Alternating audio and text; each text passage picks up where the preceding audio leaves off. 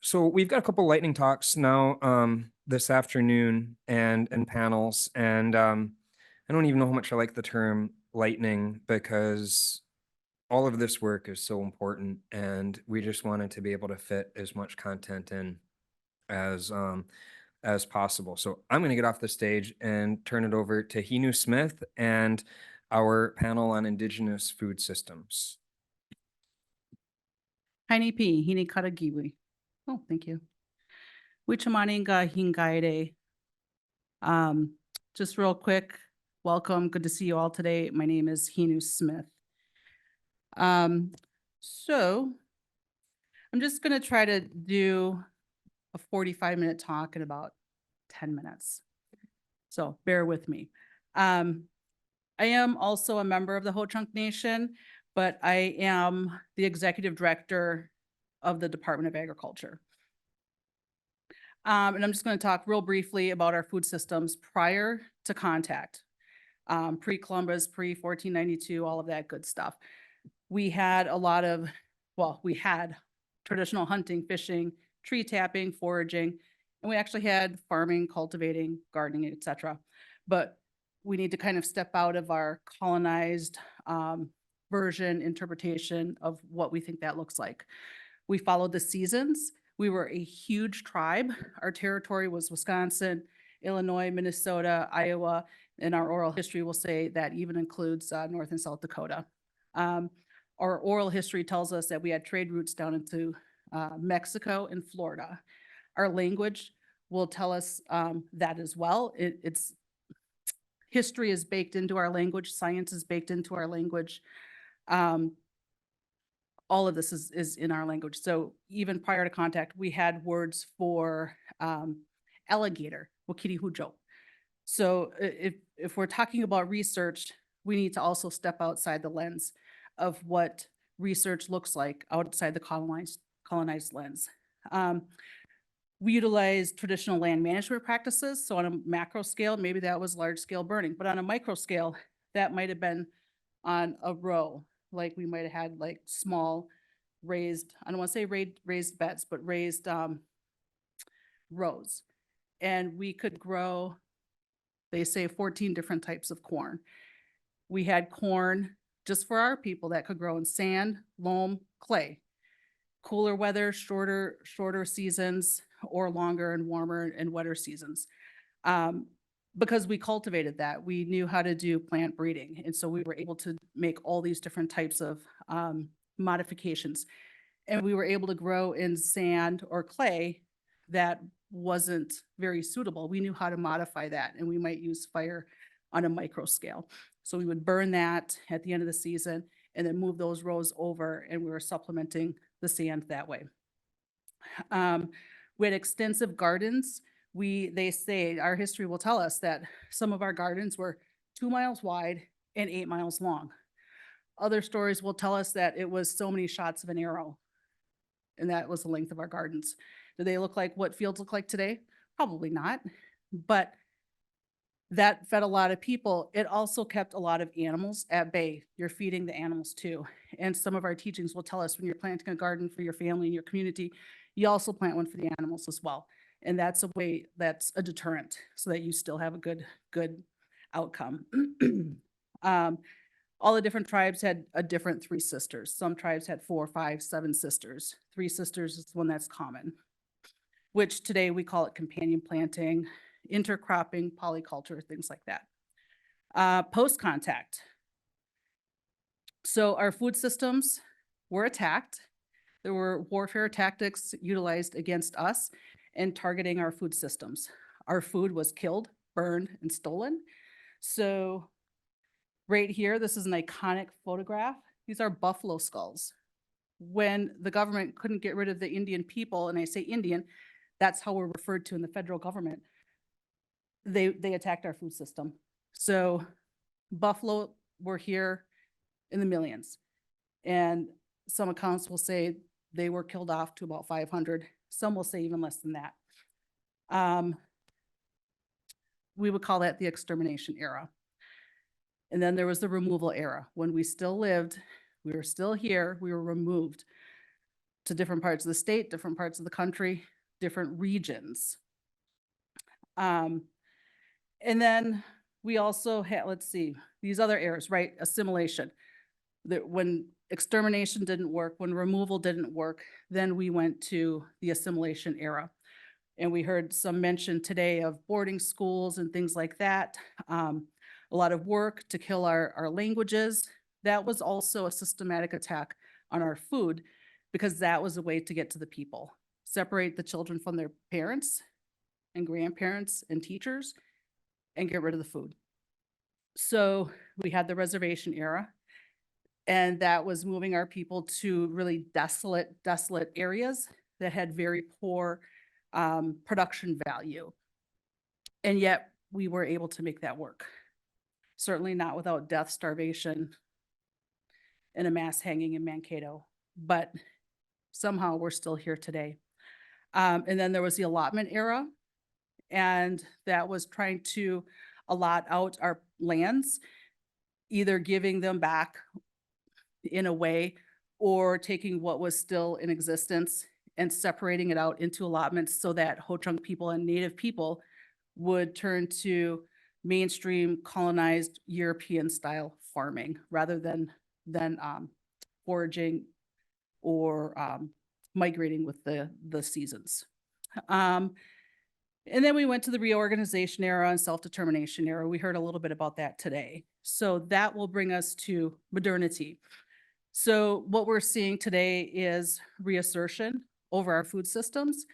Tribal governments have first of all organized, so we are a federally recognized tribe. And that means a lot of different things to a lot of different tribes. So right now, our tribe and many other tribes are making laws surrounding their land, their food, what can happen on the land, who can utilize it, etc. So Ho-Chunk has 4 branches of government. So our legislature, they make the laws, codes, ordinances. The executive branch makes the policies. And with that, we determine what happens on our lands. We are also acquiring other lands. We heard that today, that some tribes are out buying their lands. And there's other ways of acquiring land as well. What we're seeing a lot of today, so following that video, that was very rejuvenating and cathartic at the same time. The emblem at the end of that last video was one of the programs that I worked with in the health department probably 15 years ago. John's back there nodding. I can say this publicly without violating HIPAA. He was one of my clients. And I say that because he was very open about us talking about that all those years ago and since then. And we had a lot of families that were utilizing old-time traditional practices surrounding food. They never lost that. We have other families that they didn't have that anymore. And through some of our programming, and you saw what John was doing up here, filling that gap and reteaching our families that did lose that, or families that were separated through adoption. What came out of that? All these different federal Indian policies had a negative impact. And so we have families that were broke up, adopted out, things like that. And these people are coming back now and they don't have this stuff. So there's a place that they can learn that. And one of them was through our health department and learning those cultural practices surrounding food. It's not just food. It's not just prescribing eating healthy. It's the whole spiritual connection. It's the whole body, the whole culture of food is medicine, food is sacred. And so John brought that back to our clinic, right? Our health department, our community health and nutrition program. And so that's what we're seeing today that's happening in our food systems. And a lot of our traditional foods are coming back. Right now, the Ojibwe are kind of recognized as the wild rice people. You know who else had wild rice? The Ho-Chunk Nation. But we lost that land. It was taken from us. And so we're limited. And so to see our people out doing wild rice, that's a traditional activity. That's a Ho-Chunk activity. And so I'm going to wrap this up. I am the executive director of the Department of Ag. We have an Establishment Act that was created by the legislature. And it talks about different things. And what I've pulled out of that is the focus is health, tradition, and sovereignty. And so that's where we are at today. Just gonna run through this really fast. And so this picture here was during the pandemic. Those people, there's 3 elders there. You see one of them in a scooter out hoeing the garden. They were planting a huge garden. They were at least in their 70s. And they had a really, it was really awesome. It was really fun. And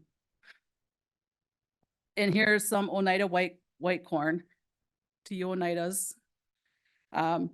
We went there and we were doing some breeding a number of years ago. The other one is, when we talk about food sovereignty, it's not just consumption, but it's also utilizing every part of the animal. So on the right side is my husband and I 30 years ago. 30 and a half years ago, we were getting married. And those are deer hides that one of my brothers had actually tanned. And we were married by the chief, the eagle feathers, and then in the back was the interpreter. But it's all encompassing. And so what is Indigenous agriculture? It's complicated, it's deep, it's many things. And so we'll move on to the presenters and hear what they have to say. Thank you.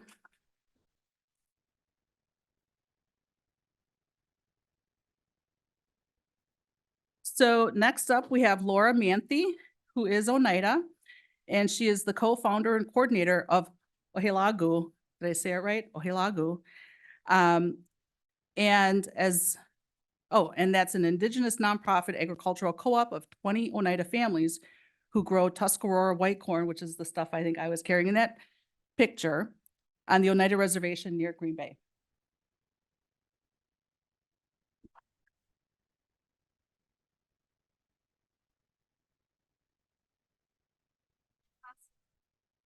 Stand up. That is not how.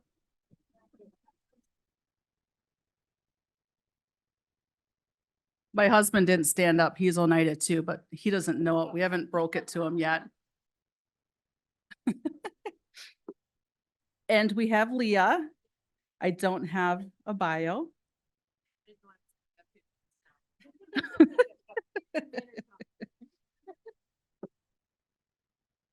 And Okay.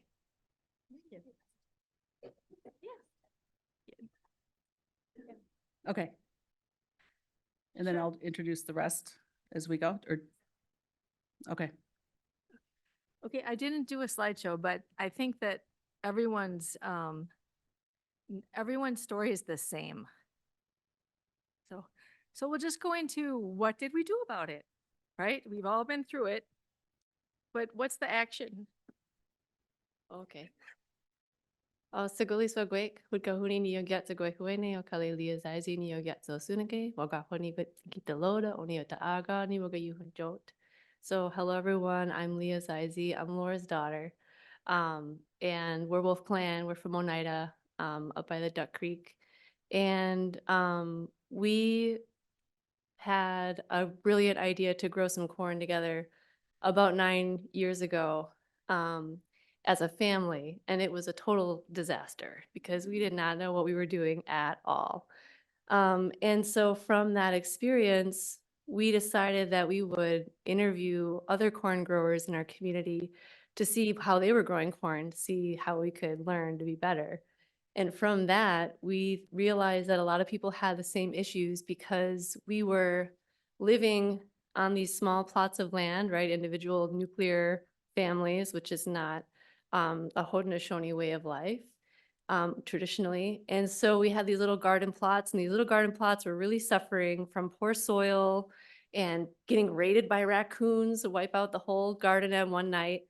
And so we were living at a time of corn scarcity in our community where you could only eat corn at ceremonies or special events.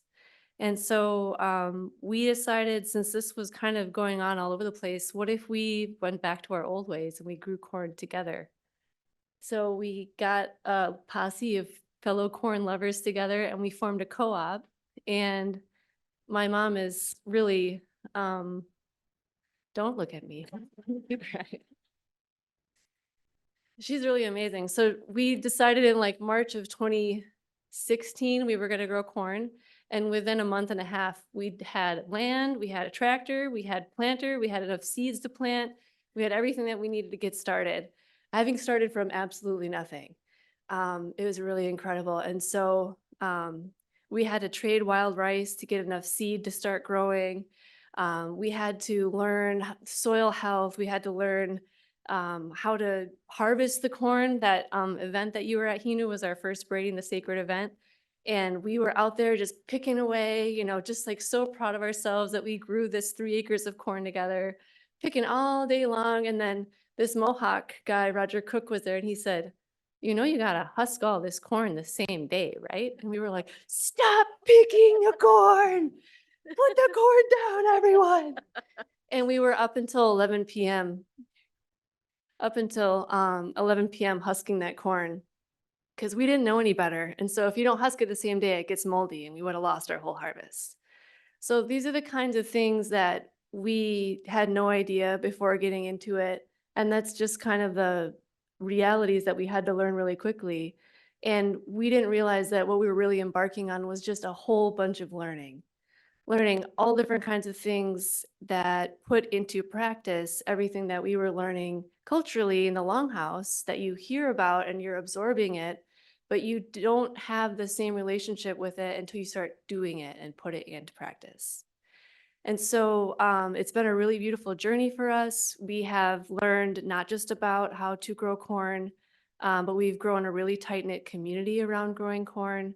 We've learned about harvesting medicines to soak the corn seeds in. We've learned about preparing the corn all different kinds of ways. And just a few years ago, we had an opportunity to provide corn to our community during the pandemic. So we were able to make a big donation there. And our families can now eat corn anytime they want. And the next generation is never going to know that scarcity that we started with because we're taking that into our own hands. So since then, it's been the Tribal Elder Food Box, and it's been the corn mush that you had here this morning. Our corn has been in the White House. And it's really amazing that it all came from that first failure, which was really the corn teaching us our first lesson, was that we're not meant to do food sovereignty alone. Yeah. So we went on vacation and we wrote a grant the entire time we were on vacation. Yeah, I brought her In to Costa Costa Rica. Rica and she made me write a grant the whole time we were there. And that's how our co-op got started. Yeah. And it took our community from when we went through a revitalization of our culture in 1970s until 9 years ago for us to pick this up. So there's a huge learning curve and you can't have one without the other. Yep.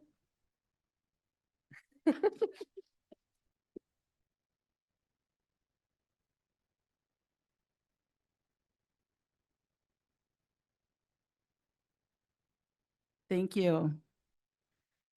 So when we talk about our language, it's really important that we listen to others. Listen with humility, I think was a term that we heard today. And here's an example of listening to the corn and taking the lessons from the corn instead of being the all-knowing. We change that paradigm and it gives us insight to doing that. And the same with research. When I was in school, I was traveling with some people. We were going to go to Fresno. And it was like a Hmong immersion. And one of the gentlemen, a student, was his research project was going to be on poverty in the Hmong community. But it was coming from a perspective of poverty is income and money based. And so it was instantly biased without understanding what does poverty mean to the other community members that he wanted to go study. So I let him know that. He didn't do that one. But he also interestingly took the time to learn, to try and learn the language too. And so it's a long journey. So listening to the corn, listening to the children, listening to the people that you're working with is really important from a non-colonized perspective. But then we have to learn how to uncolonize our brain. And I do that. I have to do that too, because we are all kind of indoctrinated into this kind of like an academic approach to things. And so we need to step back. Our next presenter is going to be Troy Wiipongwii. I hope I said that right. And Troy, Dr. Troy, is Chickahominy. Is affiliate faculty at the Global Research Institute and incoming Director of Innovation and Entrepreneurship and Conservation at the Institute for Integrative Conservation at the College of William and Mary. Welcome, Troy.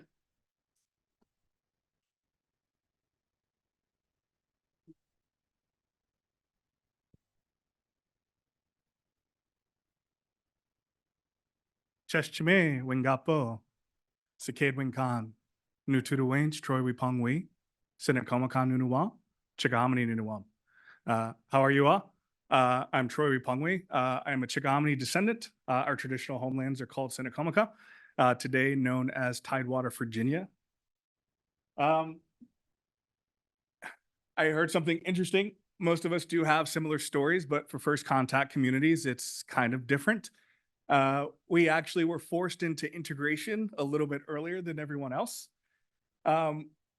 Instead of being removed from our traditional homelands and being pushed off into reservations and having commods and ration foods, our foods and cuisines became integrated with what would be considered Tuckahoe culture and later Southern food pathways pretty early on in the 1600s, as we worked side by side with free people of color, poor Europeans, and really started to integrate our cultures. Unfortunately, in doing that, it was assumed that we were no longer there because we were either mixed race or culturally non-distinct from the rest of the community. And still today, we are fighting these internal battles as well as battles with larger Indian country over our identities. Our language was lost, but there are a lot of elements of our language that are still here today integrated into mainstream English, like possum, raccoon, powwow, and many other hominy, Chickahominy, corn, are from our languages. So the thought that we had been erased, we were just kind of integrated pretty early on. But like the rest of Indian country, where our stories start to converge again, as we actually dealt with similar things like radically reduced food biodiversity. Indigenous people across the globe were consuming about 4,000 edible species, usually based on the seasons. But today, we're only cultivating about 150 foods, 60% of that coming from wheat, soy, corn. And most people in America are consuming less than 30 species of food types annually. For us back at home, for the past 4 years, we have been working with university Indigenous chefs, farmers, foragers, as well as tribal leadership as well, to discuss and think about how we can shift back to sustainable Indigenous diets. And we've kind of come across 4 overarching principles. There are obviously more, but these really stand out to us. Improving access to data to inform leadership on how to best address those security and sovereignty needs. Reintroducing native plants into our ecosystems and reintroducing Indigenous and non-Indigenous people alike to the functions and potential of these foods. Building capacity within community to produce Indigenous plants and shepherd Indigenous animals, and utilizing food science and cuisine to shift food behavior patterns back to native sustainable foods. So my background is in artificial intelligence and data science and their applications to food systems, sustainable food systems. I'm going to introduce 3 technologies that we're currently working with, and they're all interoperable to address these issues of building these regional food supply chains. The first one is called Indigenous Food Systems Footprint Model 2.0. It's very long. We need to find an acronym that sounds better. We're working with 5 different tribal nations, as well as the Baltimore American Indian Center and Native American Lifelines to address these 3 broad questions. With how many people can be fed a healthy diet from foods produced on tribal lands in Maryland, Virginia, North Carolina? Where can these foods be produced sustainably? And how much agricultural resources will be needed? Land, fertilizer, nutrients, pest management, irrigation, water.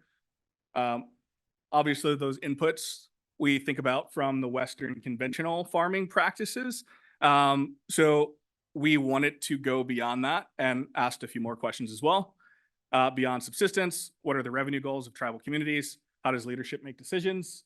How should we protect data? A lot of you have probably heard the Indigenous data sovereignty movement. It's a very important part of how we design our technologies.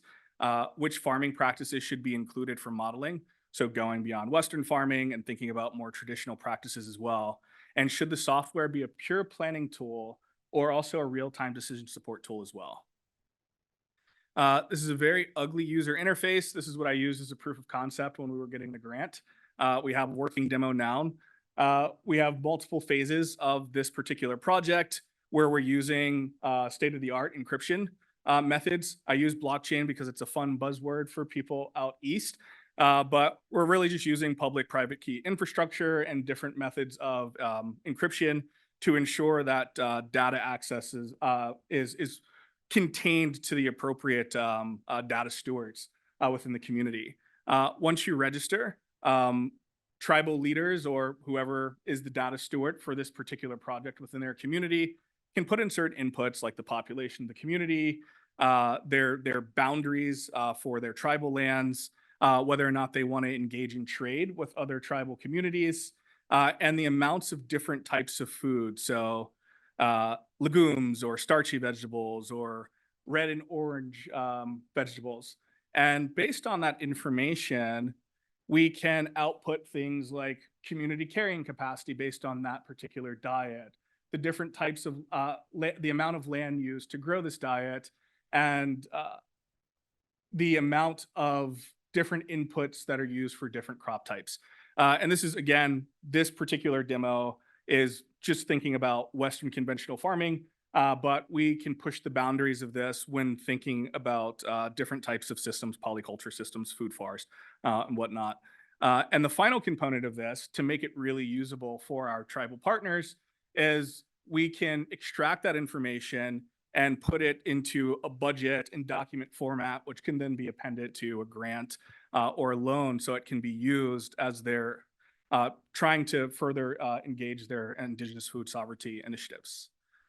Real world impacts, increasing the biodiversity of our food systems, precision planning, optimizing input to yield, and understanding ecosystem carrying capacity, as well as really building up more of land stewards within our community. The second project, this was a technology that I built during my dissertation. It was a recommendation system for sustainable consumption in restaurants at a regional level. We've since expanded that to be used in a home context as well. The general idea with this project is we can balance or attempt to balance between health, cultural, personal preferences, environmental impact of the food systems, as well as cost considerations.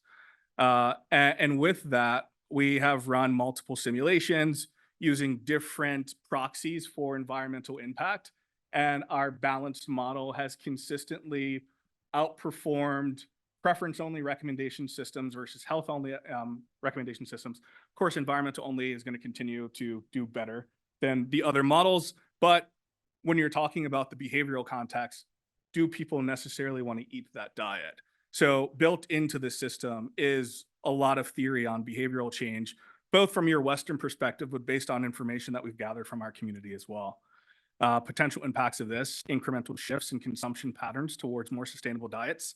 Consumption patterns provide the feedback to the supply chain as we shift in demands towards more sustainable foods, and reductions in consumer waste.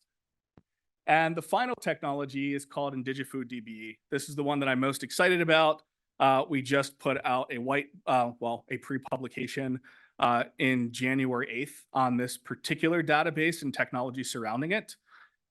The project, it has about 120 foods indigenous to the regions of Maryland, North Carolina, and Virginia. It has macro and micronutrient profiles of foods per 100 grams of serving. We have the growing conditions of plants. We have food forest layer categorization of crops, eating, roaming, mating, gestation period, survival rates of game and aquatic life, harvest periods of food, flavor profiles, food substitutions, recipes created by chefs, and thank you, Joe. Recipes where we can use AI integrating information that we have from our chefs and still protecting indigenous people in the process of using artificial intelligence. as well as being able to simulate models for agricultural layouts. So moving beyond 10 acres of monoculture, because we have the layers, because we have these layers, we're actually able to design polyculture systems as well. Quick output of the website, you can search different foods in the regions, you can search recipes, and you can also use the agricultural section, which would then simulate the modeling that I was talking about. Potential impacts here, the ability with the data that we currently have in the database, the ability to do indigenous data optimization modeling. I have been looking a lot into the research, and this would be a really unique opportunity for us to dive into what an actual regional systems capacity is for introducing healthy and sustainable diets within our community, increase local polyculture and farming practices, giving people the actual information that they need in a way that's condensed and understandable.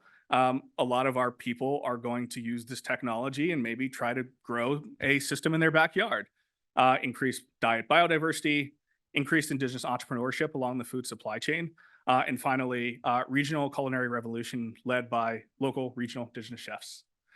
With that, I'm going to stop. Kena.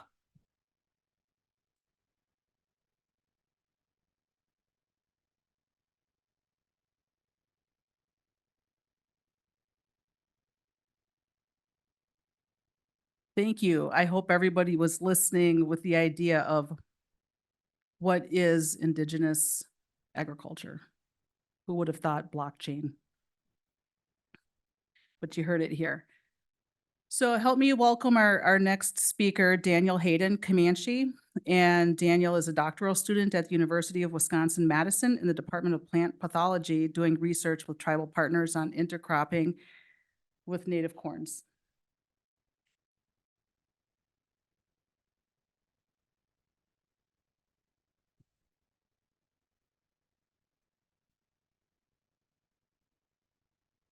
Hi, my name's Daniel Hayden. I'm a plant pathologist here at UW-Madison. And my main project that I'm working on is working with tribal partners. We're hearing a lot about capacity building, doing all these nice things, but it takes a lot of actual work to implement these systems. And that's sort of what I'm going to go over today, essentially. And how we're sort of replicating traditional systems, as you see here on the left with the Three Sisters, with something more contemporary that's seen in organic agriculture with cover crops. And so sort of the three main things that I'm doing for my research is establishing these cover crop trials with tribal growers in the state, sort of creating these partnerships and with the university and tribal nations, whether it be a co-op, a nonprofit, or the actual tribal government itself. And then because we're using these more organic practices, we're replacing the reliance on heavy machinery tillage and chemical inputs, pesticides and herbicides. But it's very complicated, and it's relying more on ecology rather than the easy one glove fits all solution. So we have to understand that as well.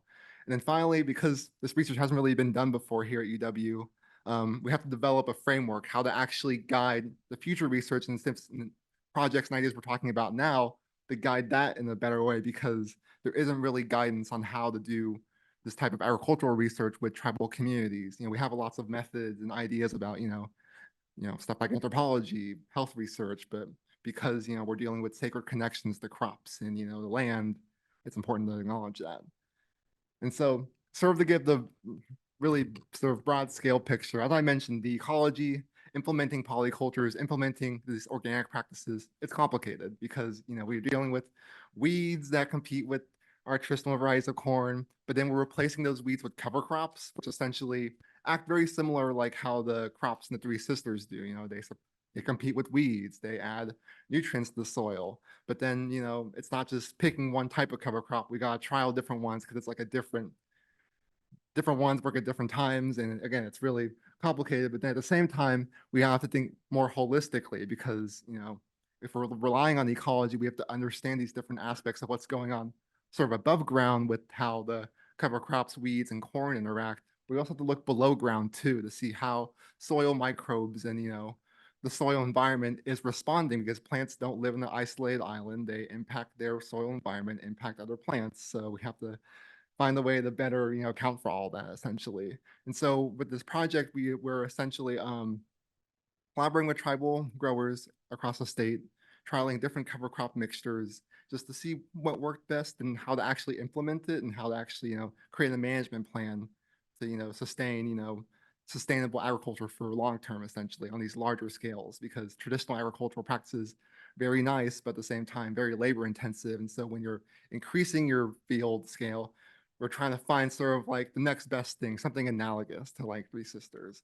And so this work that I'm doing, showcasing here is with my Oneida partners, Ohelagu, who Laura Mant's group, who just presented. And essentially what this graph is showing here is that we have these different mixtures of cover crops. And you see like, you can have mixtures or treatments that have just one type. You can have mixtures that have two or three, a bunch of them, but essentially you want sort of more cover crops because you're growing it in between the rows of these corns, essentially. So you want to like maximize like what you're sort of getting, as opposed to, just having those beans and squash there essentially in the Three Sisters. You want to maximize those different plant jobs, different plants doing different things and adding more organic matter into the soil.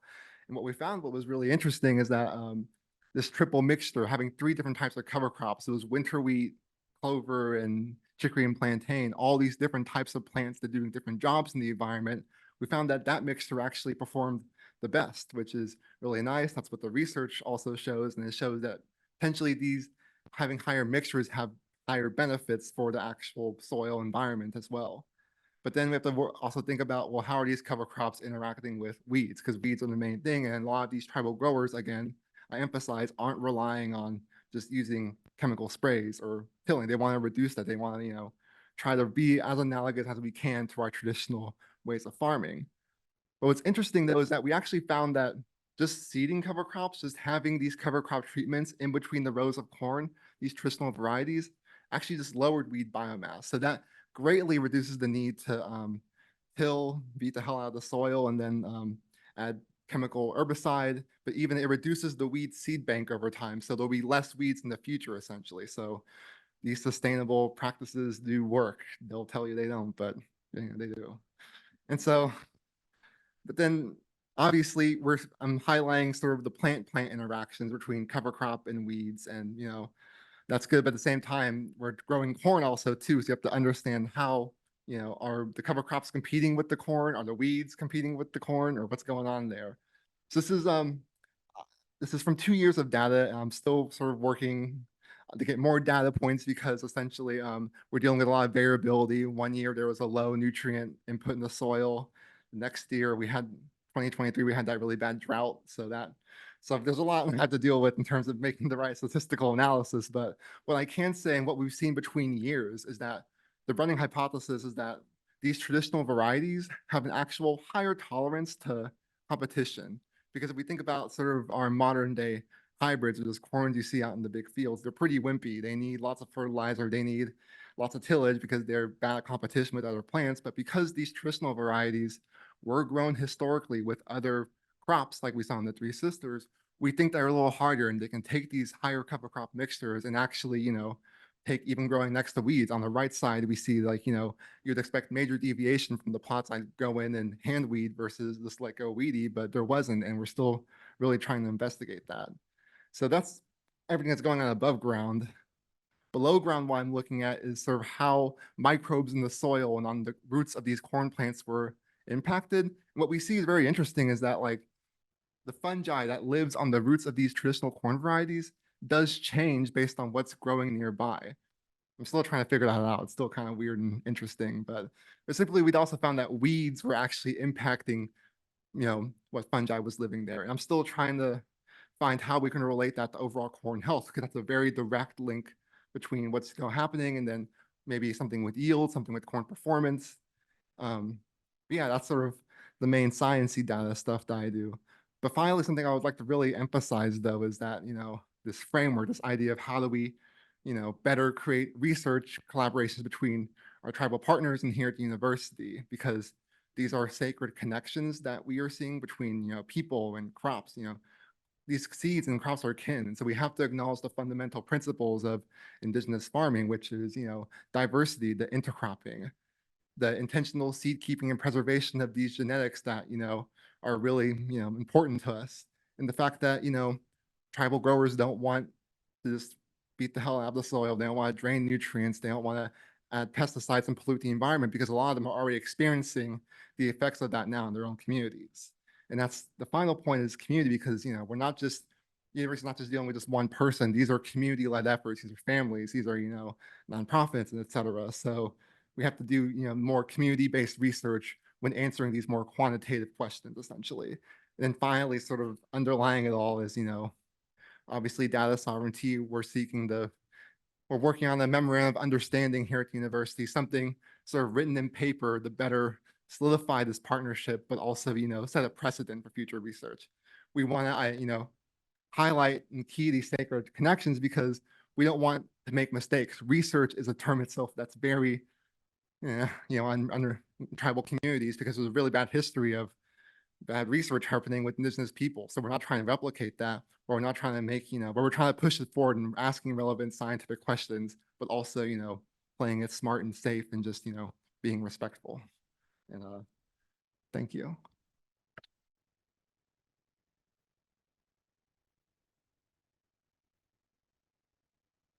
So we've heard about a lot of things today, this afternoon. Attacks on our food systems, all the way to government rations, to taking charge of our own food systems and learning from the corn. That we would call that science. We've learned about traditional ecological knowledge, and the Three Sisters and companion planting to blockchain. And all of this is talking about Indigenous agriculture and Indigenous sovereignty. So thank you, panel. We'll have a few questions. So all of you, your work addresses appropriate use of technology to scale up Indigenous food systems to feed communities while centering Indigenous traditions and knowledge. Laura, how do you balance honoring traditional harvesting practices and incorporating new technology in the field, such as mechanization of corn harvest? That's a really good question. So before Daniel started working with us, with our group, we were doing conventional growing only. And we were following the same old routine that all the other farmers on our reservation were doing.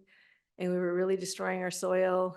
And we knew that through our cultural teachings that there was a better way to live in harmony with our community, because our people would move about every 20 years when we were in our original homelands. And we would harvest the game that was in the area. We would grow food in the same area, and then the soil would start to lose its nutrients because it was feeding us. And we would just pack up and move to another village in the same area and give that land a time to rest. So when we started growing together as a community, we knew that there were a couple of things that we really had to address. One of them was climate change, and the other one was learning how to grow, and because we knew one day we would have to feed our feed our community.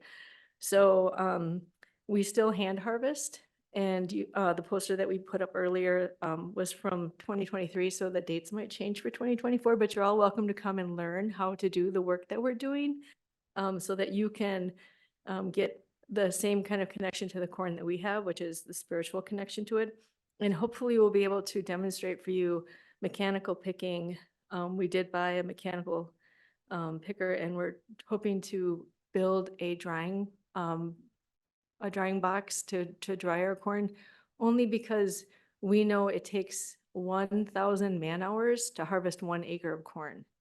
And so what happens when you have that much hands-on with your corn is that the value of it goes up and up and up, and then we're up pricing out of the market. So that means that other people can't buy our corn because it's too expensive. So while we'll still always do the traditional way of harvesting our corn, we as a group have decided to go ahead and try to learn how to mechanically pick our corn so that we can feed more people. Thank you. Troy, what is the role of information technology to support Indigenous food systems while protecting data sovereignty? Thank you. Instead of going into a bunch of technical jargon, I'm just going to use an analogy. Our brain is an information system. The way we store that information through memories or share that information through storytelling and oral history. is a protocol in place for how we access and share information. Information technology is an extension of that in the computational or electric space. My mom's side of the family is African and Sephardic Jewish, and Jewish people are indigenous people who had a writing system, which is an information system. So for me, looking at information technology and in working with our community, it's just getting a better understanding of how this technology is more or less an extension of what we're already doing. And in thinking about this idea of protecting data sovereignty, with any other type of technology or information system, it's building those protocols in place from the onset by working with those communities to ensure that the data is protected. So yeah, it's more or less for me and the way we're working with it, just an extension of what we've already been doing. Thank you. Daniel, as a graduate student, how do you balance data requirements for your dissertation graduate program to satisfy Western scientific requirements with data sovereignty considerations?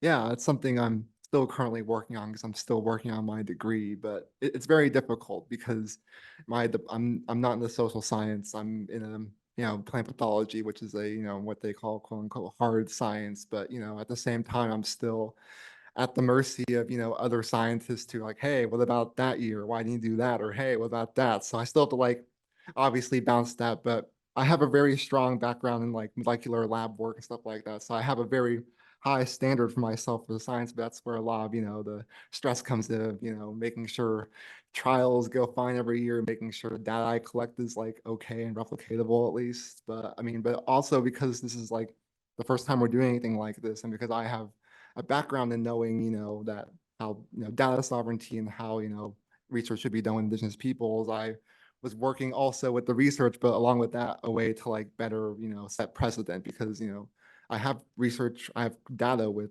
corn, but that's sacred data, that's sacred knowledge right there. So, how do we know, but no one was thinking about that at the time in the department or anything, but so I have to be the one to be like, what about that, so it's often just a lot of that mainly, but at the same time, I think it is interesting because, I have been able to blend in a lot of aspects of my field, plant pathology. It's a very like holistic field because you have to like think about the pathogens, the plants, and then the actual farming environment. That's kind of holistic thinking is like what a lot of the tribal partners also have. So that's why there's been some nice little like I don't know, I forgot the word, but you know what I mean. Thank you. So Troy, what are important strategies to build community to institution partnerships to support research in indigenous food systems? Yeah, when we started our first grant, which was Foodprint 2.0, before even applying for the grant, we reached out to each tribal community, as well as our urban Indian organizations, to get a better understanding of what the food sovereignty issues were affecting each community, and also looking for elements that were overarching between communities, both urban and those still residing in the traditional like 5-mile radius of their homelands. And based on that feedback, we actually moved forward with the grant because we got positive reception on what we wanted to work on, as well as it aligning well with the community. Once we received the grant, we established an Indigenous Advisory Council, which is a part of every single step of the project. In fact, when we went through IRB, we extended elements of the IRB request to ensure that certain data sovereignty requirements were incorporated, and where the communities did not have currently established indigenous data sovereignty metrics or governance in place within the community, working with them to help establish those things. But yeah, every time we go for publication or collect certain types of data, we go through our Indigenous Advisory Council, which, by the way, is separate. No one else on the Indigenous Advisory Council outside of their community has access to anyone else's data. And just, yeah, getting that information and understanding your landscape is probably the most important thing before moving forward with any research project. Thank you. Leah, how do you work with academic institutions while complying with data sovereignty expectations from the tribes? For our data, I think we essentially trusted Daniel entirely with everything that we produced. We're just now starting to think about putting together a formalized agreement. And the way that we set up our research project, which was a SARE Farmer Rancher project, we really worked collaboratively to decide what kind of information we were going to gather. And we tried to build the project so that it would be beneficial for both of us, so that Daniel would get the kind of information that was useful for his research. And then we would understand more about what kind of fertilizer and cover crop combinations work best with our corn. And then we went even so far as to divide up how we were going to measure our harvest between the seed quality cobs and the soup quality cobs, we call them. And so that helps us understand essentially how well are we treating the corn? Is she able to essentially produce these beautiful seed cobs, or is she kind of struggling and making these little scraggly looking soup cobs? And I think as we think about how to protect the information going forward, we're going to be learning a lot from other scholars who have really charted a path for us. So I really appreciate this opportunity to learn from all of you, because this is not an area of expertise. This data sovereignty is not an area of expertise, but it's becoming much, much more important, especially as we start getting into mapping and we start getting into biopiracy that we've been seeing with our seeds and all of those matters. So we're going to have to really be on top of this if we're going to protect our cultural legacy from more extraction. Thank you. Laura, how do you work with academic institutions while navigating traditional cultural practices and boundaries? Well, like Leah said, we totally trusted Daniel. And I think it's because he's a Native person. And so he comes with an understanding. So we don't have to spend a whole lot of time explaining to him all the things that he needs to know before he can do research with us. And I think that's a huge barrier for a lot of tribes that hire consultants to help them create something. So we'll just say a plan, a government plan or something. The tribes hire a consultant and they spend half of their time educating the consultant who's supposed to understand everything about them and fit it into the European model and then spit it back out to the tribes. We didn't have to do any of that with Daniel. He came in knowing, and well, maybe the one thing he had to learn was how bossy Oneida women are. But, other than that, he was very respectful from day one and he got right to work, and he's really easy to work with. I think we're hard to work with because there's so many personalities in our group and so many women that want to see it done my way. So, that's where I think that we didn't have to worry about that. But really, the way that we approach it is we want our soil to be better so that we don't have to put any more inputs in, so that we don't have to buy organic fertilizer that comes from Chile that's very, very expensive. And we can use or have a relationship with our soil where we can do the cover cropping and do the field rotations where we can plant into it. And there's a symbiotic relationship between the seeds and the soil, and we can be a part of it. If I Thank can you. just add on to that. So my day job, I work for United South and Eastern Tribes. So I work with 33 tribes between Maine and Texas. And I get approached pretty often by researchers who want to get into contact with tribes to do projects. And they already have the whole project fully baked, what they want to do, and they just want to find a tribe, seemingly any tribe, who will work with them. And I have to educate these individuals about the process and how they really started backwards with everything that they're doing. And sometimes it sticks and they understand what I'm saying, and sometimes it takes multiple meetings, and then months later they email me back and apologize for not understanding.